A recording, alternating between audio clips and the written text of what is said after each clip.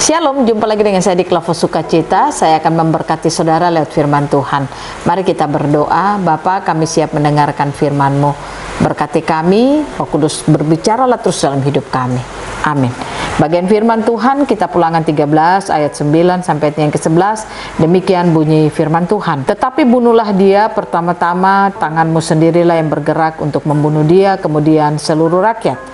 Engkau harus melempari dia dengan batu sehingga mati, karena ia telah berikhtiar menyesatkan engkau daripada Tuhan Allahmu, yang telah membawa engkau keluar dari tanah Mesir, dari rumah perbudakan. Maka seluruh orang Israel akan mendengar dan menjadi takut, sehingga mereka tidak akan melakukan lagi perbuatan jahat seperti itu di tengah-tengahmu. Demikian jauh pembacaan firman Tuhan.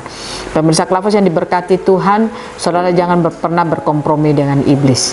Artinya, apa yang jahat hendaklah engkau jauhkan dari hidupmu. Apa yang tidak membawa engkau semakin dekat dengan Tuhan, engkau harus jauhkan dari hidupmu. Jangan pernah engkau memberikan celah bagi iblis di dalam kehidupanmu.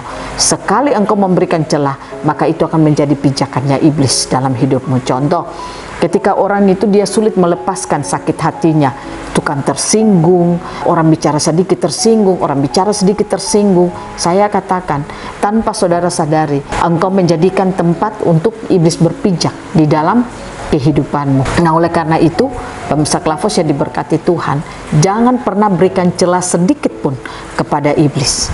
Apa yang jahat, engkau harus mengambil sikap, mengambil tindakan untuk tinggalkan itu di dalam kehidupanmu. Makanya firman Tuhan katakan bagi kita ayatnya yang ke-9, tetapi bunuhlah dia pertama-tama dengan tanganmu sendiri yang bergerak untuk membunuh dia, kemudian seluruh rakyat. Siapa yang dibunuh? Saudara lihat ayat yang di atasnya. Orang-orang yang dekat, yang memberikan perkataan-perkataan yang membuat umat itu jauh daripada Tuhan. Dikatakan orang itu harus dibunuh. Nah, ini berarti bahwa firman Tuhan mengajak kita bukan untuk harus membunuh orang secara fisik, tidak, tetapi ini gambaran bagi saudara dan saya bahwa jangan pernah kita berkompromi dengan iblis. Artinya, kalau saudara tahu itu salah, jauhkan itu. Jangan pernah engkau berikan kesempatan, ya saya ini dulu, siapa tahu bisa berubah dan sebagainya. Saya katakan, iblis selalu menunggu kesempatan yang baik dari setiap kita. Artinya, kalau saudara memberikan kesempatan kepada iblis, maka dia akan memakai kesempatan itu dengan sebaik-baiknya. Saudara belajar untuk harus membangun sikap di dalam seluruh kehidupanmu. Sikap yang benar, sikap takut akan Tuhan, itu harus kau bangun di dalam seluruh kehidupanmu. Itulah yang membuat engkau akan menjalani perjalanan kehidupanmu dengan kemenangan.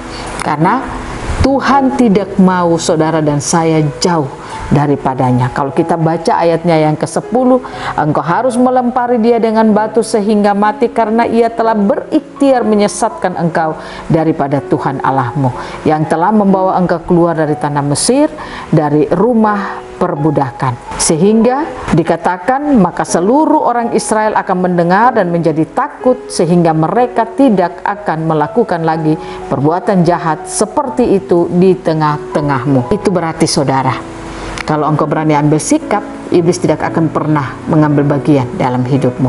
Tapi ketika engkau tidak bisa mengambil sikap, maka iblis akan terus membangun hidupnya di dalam hidup saudara. Ada banyak orang ingin lepas dari masalah. Ada banyak orang ingin supaya bagaimana hidupnya berkemenangan.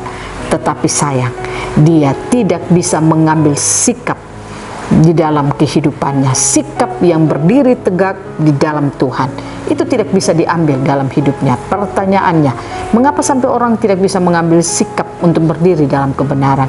Karena kebenaran itu sendiri tidak ada dalam hidupnya. Kalau kebenaran itu ada dalam hidupnya, maka pasti dia akan bisa mengambil sikap.